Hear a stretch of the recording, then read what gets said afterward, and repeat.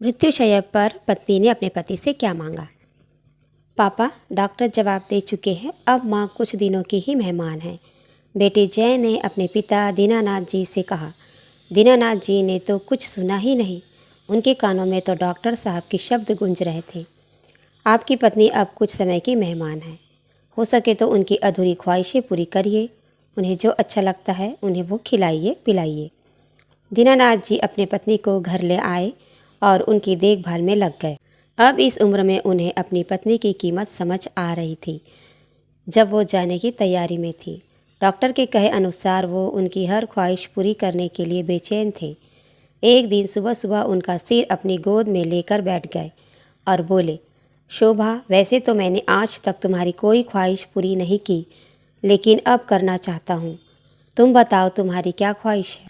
सुनिए जी, शादी के बाद औरत की कोई ख्वाहिश ही कहाँ रह जाती है, और अगर होती भी है तो उसे पूरा कौन करेगा। अब छोड़िए, मेरे पास वक्त भी कितना बचा है। मेरे मन में जितनी ख्वाहिशें हैं, इतने कम वक्त में तो एक भी पूरी नहीं हो पाएगी।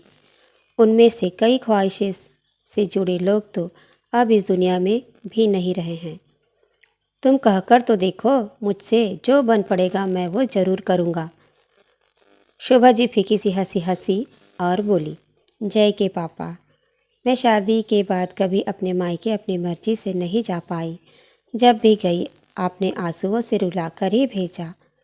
आपने और आपकी माँ ने इतने बंधनों में जकड़ कर रखा कि मायके का हर रिश्ता छुड़वा दिया। आज तक हर शादी ब्याह में साथ लेकर गए और उसी दिन या रात में ही भागते हुए लेकर चले आते। कभी सोचा आपने कि मेरा भी मन करता था कि एक रात अपने माँ बाप, भाई बहन, चाचा, ताऊ, मामा, मासी, बुआ सबके साथ रहने का, लेकिन आप तो कमरे से बाहर ही नहीं निकलने देते थे। मेरा बड़ा मन करता कि मैं भी वहाँ अपनी सब बहनों की तरह रुककर सबके साथ हंसी ठिठोली करूं, लेकिन आपने कभी ये बात समझे ही नहीं। शादी के बाद मैंने कोई छोटा सा त्यौहार भी मायके में नहीं मनाया। जीवन भर तरसती रह गई इस बात के लिए कि कभी तो मुझे किसी त्यौहार पर मायके जाने का मौका मिले। सब लड़कियों को हर मौके पर मायके आते जाते देखती तो मन में हुक से उठती, मेरे लिए ही ये सब इतना कठिन क्यों है? तब जवाब मिलता, क्योंकि तुम्हारा पति तुम्हारी ख्वाहिशें नहीं समझता, इसलिए तुम्हारी ये छोटी छोटी सी ख्वाहिशें भी पूरी नहीं हो पाती। अब आप बताएं कि आप मेरी ये ख्वाहिश पूरी कर पाएंगे? क्योंकि अब ना तो माता पिता रहे, ना वो भाई बहन रहे जिनके साथ समय बिताने का मन करता था। जब ब्याह कर आई तो बड़ा मन करता कि आप मुझे कहीं घुमाने, मूवी दिखाने ले जाए, लेकिन आते ही घर गृहस्थी की बागडोर मेरे हाथों में सौंप दी गई।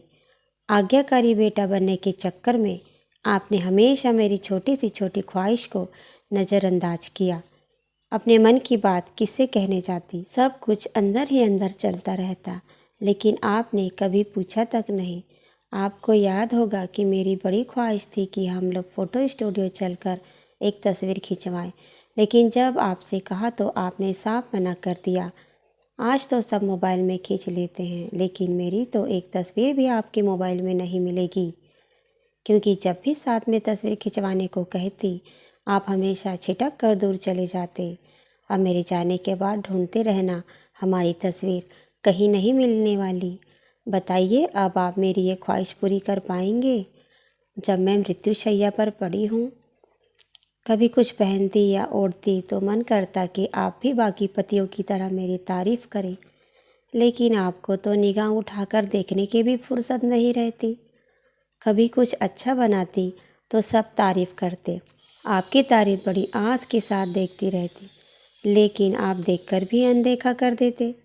ज़िंदगी भर आपकी तारीफ़ के लिए तरसती रह गई, लेकिन आप कभी मेरे स्त्री मन को पढ़ ही नहीं पाए।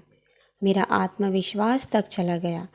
मुझे लगता है कि शायद मैं दुनिया की ऐसी औरत हूँ जिसके अंदर कोई खूबी नहीं जो पति को रिझा सके। मेरी ख्वाहिशें कोई बहुत बड़ी बड़ी भी नहीं थी, बहुत छोटी छोटी थी, जो मन के अंदर ही दबी रह गई। कहते हुए शोभा जी की सांस फूलने लगी तो दीनानाथ जी ने उन्हें पानी पिलाया। जिससे कुछ देर के लिए वो ठहर गई।